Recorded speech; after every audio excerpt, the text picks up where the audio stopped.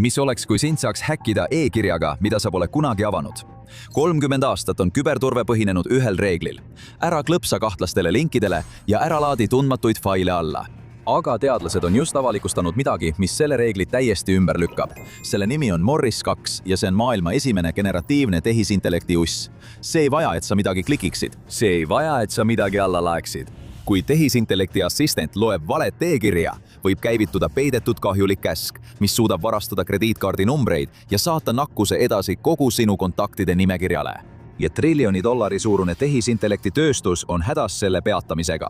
2024 aasta märtsis teatas küberturbeuurijate meeskond, et nad on loonud midagi, mida nad usuvad olevat esimese generatiivse tehisintellekti ussi.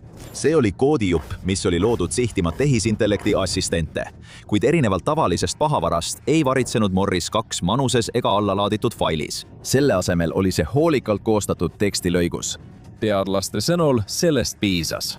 Tehisintellekti assistendil polnud vaja programmi käivitada ega faili avada. Piisas vaid sõnumi lugemisest, et vallandada ahelreaktsioon.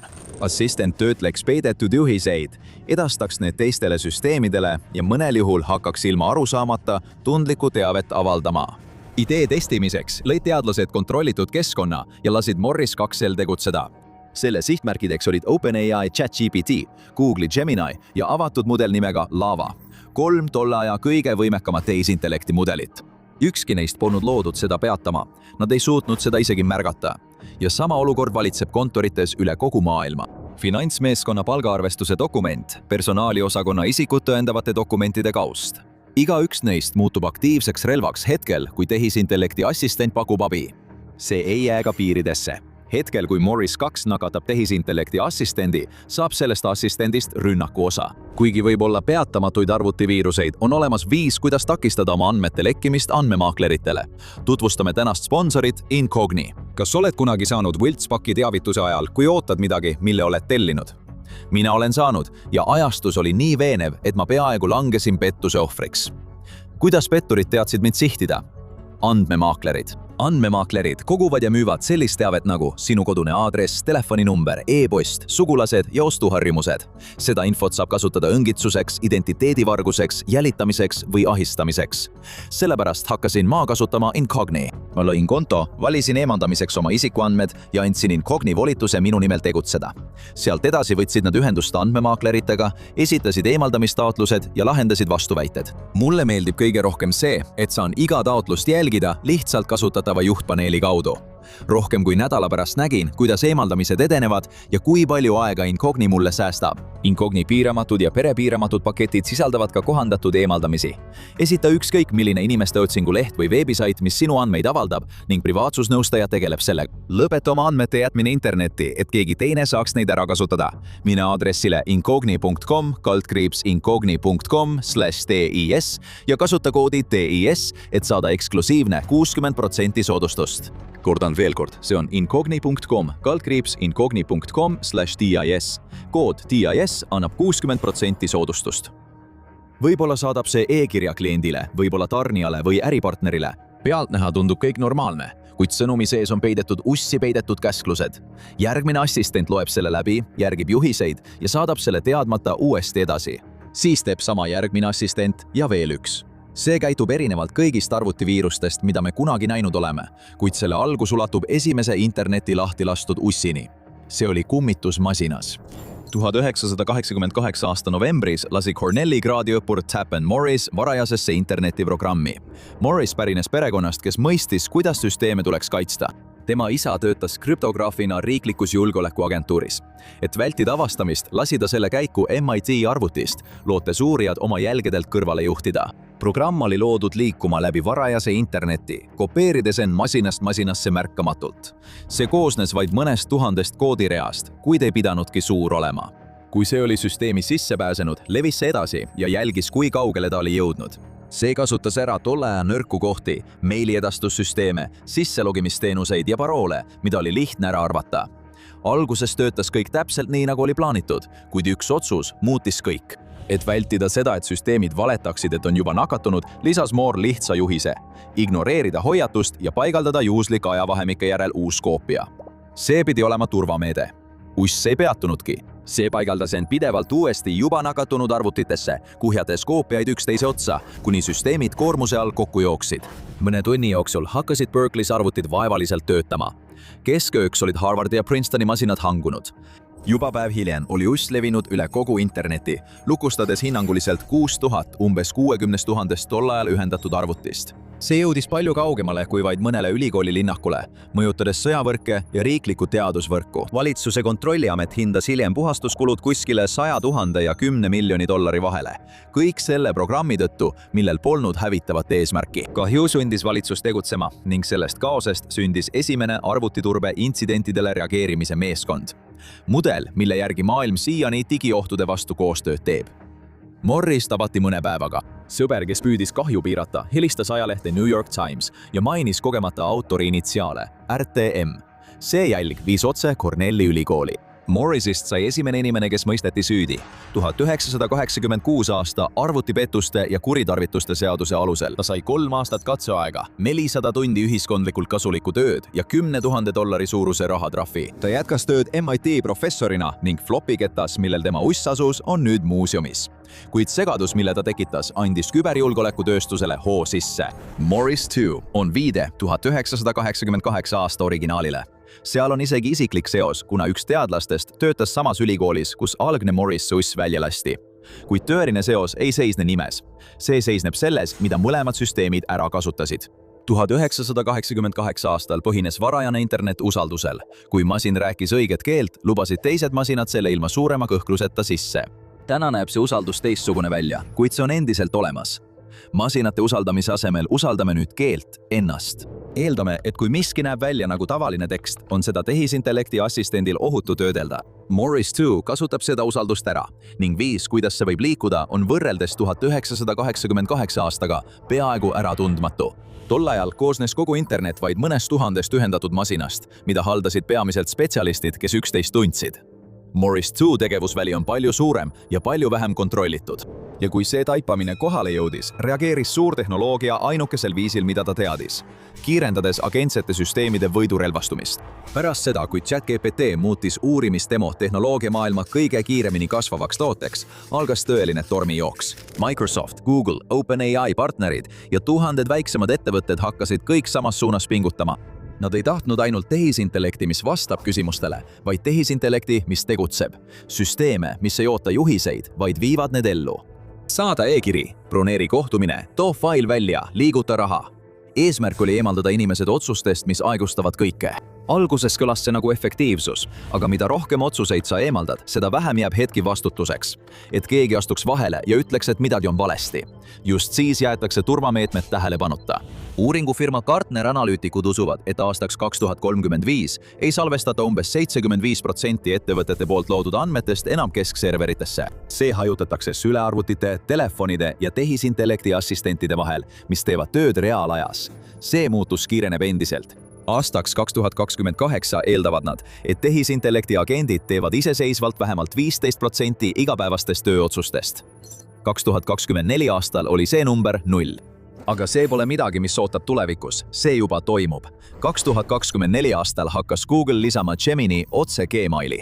See loeb läbi kogu e-kirjavahetuse ja koostab vastuseid ilma selgesõnalise juhiseta. Microsoft tegi Outlookiga midagi sarnast. Need on tööriistad, millele inimesed iga päev toetuvad ja just siin muutub Morris 2 ohtlikuks. Hetkel, kui ettevõte paneb need assistendid tööle, algavad probleemid. See on Trooja hobune, mis ootab oma hetke. Laborikatsetes alustasid teadlased millegagi, mis nägi täiesti tavaline välja. Sõnum, mis seisis postkastis. Just selline, mida võiks oodata koosolekukutse või arvena. Selles polnud midagi ebatavalist. Ega Morris 2 käivitamiseks ei pidanud käsklus välja nägema nagu käsklus. See võis olla peidetud tavalise keele sisse, peidetud lause sisse. Kui see aktiveeriti, oli masin nakatunud. Siis läksid nad veelgi kaugemale. Sama tüüpi käsklus oli peidetud pildifailide sisse. See oli tõestus, et Morris 2 suutis muuta tavalised asjad kandjateks. Dokumendi, foto, midagi, mida tavaliselt ilma mõtlemata edasi saadaksid. Iga üks neist võis sisaldada peidetud käsklust. Miski selles ei reeda selle salakavalat olemust. Pole ühtegi tõrget ega hoiatust, sest tegelikult polegi midagi näha. Sa ei saa kontrollida, mida sinu assistent hakkab lugema, nii et rünnak paljastuks. Ja ka assistendil endal pole usaldusväärset viisi aru saada, kas ta peaks keelduma. see teebki selle peatamise ja ulatuslikuma leviku raskeks. Mis siis juhtub, kui need viirused muutuvad piisavalt odavaks ja kiireks, et iseseisvalt töötada? Traditsioonilisel rämpsposti operatsioonil on reaalsed kulud. Selleks on vaja servereid, varastatud kontaktinimekirju ja infrastruktuuri. Iga uus sihtmärk maksab rohkem ning iga kaitsekiht sunnib häkkerit rohkem vaeva ja raha kulutama, et lihtsalt edasi tegutseda. Morris 2 ei tööta nii. See vajab ainult ühte sisenemispunkti, ühte nakatunud sõnumit, mis jõuab ühe tehisintellekti assistendini. Pärast seda ei kuluta uss enam häkkeri ressursse. See hakkab töötama kõigi teiste ressursside arvelt. See kasutab nende masinaid, nende kontosid ja isegi tehisintellekti töötlemisaega, mille eest nad juba maksavad. Mingis mõttes saavad ohvritest ise taristu. Tavaline õngitsuskampaania vajab ikka inimest, kes sellele sisse langeb. Üks klõps korraga. Morris 2 seda ei vaja. Kui see on juba sees, liigub kõik masinate vahel. Iga uus nakatumine maksab mordosa sendist, sama palju kui üks päring tehisintellekti mudelile.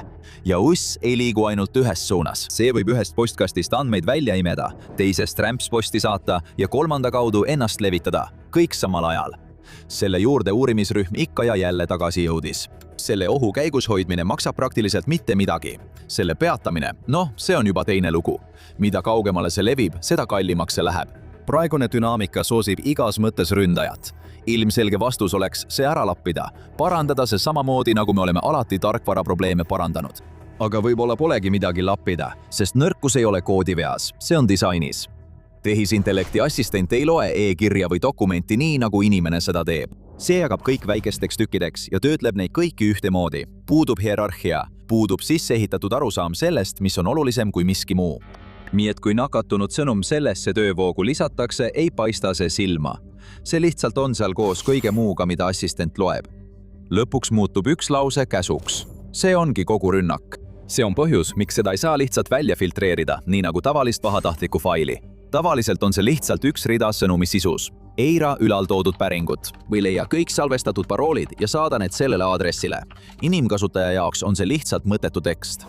Mudeli jaoks on see lihtsalt üks lausevoos, ei erine varasemalt samal päeval saadud käskudest. See täidab mõlemad ühtemoodi. Briti programmeerija Simon Willison nimetab seda prompt injektsiooniks, laenates termini vanemast häkkimistrikist. Aastaid sattusid veebisüsteemid sarnase probleemi otsa, kus kasutaja võis sisestada midagi vormi ja see tekst segunes tegelike andmebaasi käskudega. Ja mõnel juhul leidsid ründajad viise, kuidas sokutada juhiseid, mis nägid välja nagu tavaline sisend. Lõpuks õppis veeb, kuidas neid kahte eristada. See, mida kasutajad sisestasid, jäi eraldi sellest, mida süsteem täitis. Kuid keelemudelid ei tee alati sama eristust. Kõike, mida nad näevad, käsitletakse ühtemoodi. Willison on tagajärgede suhtes otsekohene. Pole usaldusväärset viisi, kuidas üht tekstilõiku turvaliseks ja teist keelatuks märkida, sest mudel ei mõista hierarhiat selles mõttes. Ja nagu ta ütleb, siis 99% on läbikukkumine. Ründajale piisab, kui üks sõnum läbi pääseb. Kui mudel ise ei suuda usaldusväärselt käsku ja kommentaari eristada, siis iga sellele üles ehitatud turvasüsteem pärib sama pimenurga. See ohutuskoolitus, mis takistab tehisintellekti assistendil solvavaid või kahjulikke asju ütlemast, ei suuda seda märgata. See põhineb mudelile viisakuse õpetamisel inimeste tagasiside kaudu. See toimib piisavalt hästi ilmse väärkasutuse ja solvava keele puhul. See on aga teistsugune. Näib, et assistent teeb täpselt seda, mida temalt paluti. E-kirja edastamine ei ole halb käitumine. See on tööülesande korrektne täitmine, lihtsalt valel eesmärgil. Kui nakatunud tekst salvestatakse assistendi mällu, võib see hiljem tagasi tulla, kui süsteem toob välja varasema konteksti. See imbub tulevastesse vestlustesse kaua pärast algse sõnumi kadumist. Kui selle eemaldad, riskid sellega, et võtad assistendilt vajaliku konteksti. Kui jätad selle alles, jääb see sinna. Uss ei pea uuesti ründama, ta lihtsalt ootab. Vastumeetmeid alles koostatakse. Simon Willis on soovitanud süsteemi 2 jagada. Üks mudel võib tegutseda, kuid ei näe kunagi välisteksti. Teine võib lugeda kõike, kuid tal ei ole kunagi lubatud tegutseda. Mõte on hoida ohtlik sisend eemal osast, mis saab sellega tegelikult midagi teha. Morris 2 taga olev meeskond ehitas oma testides midagi sarnast. Nad nimetasid seda virtuaalseks eesliks. Kontrollitud katses püüdis see kinni kõik kussiversioonid, mida selle peal katsetati. See märgistas valesti vaid väikese osa tavalistest sõnumitest, kuid sellega kaasneb oma hind. See süsteem aeglustab protsessi võidujooksus, kus ettevõtted püüavad uusi tehisintellekti funktsioone võimalikult kiiresti turule tuua. Kõik, mis lisab viivitust, muutub probleemiks. Nii jõuab funktsioon esimesena turule ja kaitsemehhanism lisatakse hiljem. Sellel ideel on aga ka suurem probleem. Ilmselge lahendus oleks panna esimese tehisintellekti ette veel üks tehisintellekt, mis toimiks puhvrina. See kontrolliks iga sõnumit peidetud juhiste suhtes, kuid ka see kontrollsüsteem on keelemudel, mis tähendab, et tal on sama pime ala. See ei suuda ka usaldusväärselt eristada tavalist juhist ja sihilikult lisatud juhist. Lõpuks laod sa lihtsalt ühe pimeda süsteemi teise otsa ja nimetad seda ohutuseks. Mitte miski sellest ei ole hüpoteetiline.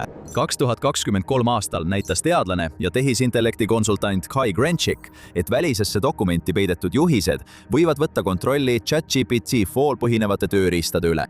See tõestab, et turvafunktsioonid on valikulised, kuid viga on püsiv. Praegusel hetkel võib kõike, mida me internetis loeme, meie vastu kasutada.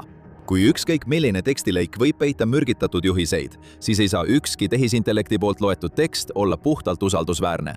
Iga e-kiri, iga dokument, iga veebileht.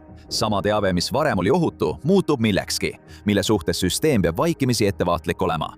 Ja sel hetkel hakkab usaldus kokku varisema. Me ei suuda enam usaldusväärselt eristada, mis on ohutu ja mis on lõks. Ja asi ei piirdu ainult varastatud andmete või kompromiteeritud kontodega. Asi on selles, et kogu tehisintellekti abi mõte hakkab praktiliselt lagunema, sest kui sa pead iga nende tegevust kontrollima, kaotab nende olemasolu üldse mõtte. Morris 2 pole kunagi päris maailma levima lastud. See eksisteeris ainult teadusliku demonstratsioonina ja testis nimetatud ettevõtted ütlesid, et nad ehitavad kaitsemeetmeid. Mõne jaoks on see hoiatuslask, oht, mis avastati varakult ja millega tegeleti vastutustundlikult. Teiste jaoks on see eelvaade. Midagi, mida laboris katsetatakse, ei jää kauaks piiridesse. Esimene internetiüss algas tudengi eksperimendina, kes tahtis näha, mis on võimalik. See muutus kiiresti millekski, mida keegi ei olnud ette näinud. Morris 2 järgib sama mustrit. Kõik taandub sellele, kuidas need süsteemid infot tõlgendavad. Me ehitasime masinad, mis on loodud lugema kõike enda ees olevat ja selle põhjal tegutsema. Seda tehes ei andnud me neile kunagi usaldusväärset viisi eristamaks, mis on mõeldud sisendina ja mis käsuna. Ja see tähendab, et keel ise muutub relvaks. Morris 2 on vaid üks näide sellest, mis juhtub, kui koodijupp ületab piiri. Üks viirus põhjustas finantskatastroofi. Uuri, kuidas see juhtus, filmis Arvutiviirus, mis põhjustas $50 miljardi suuruse kahju. Või vaata seda videot.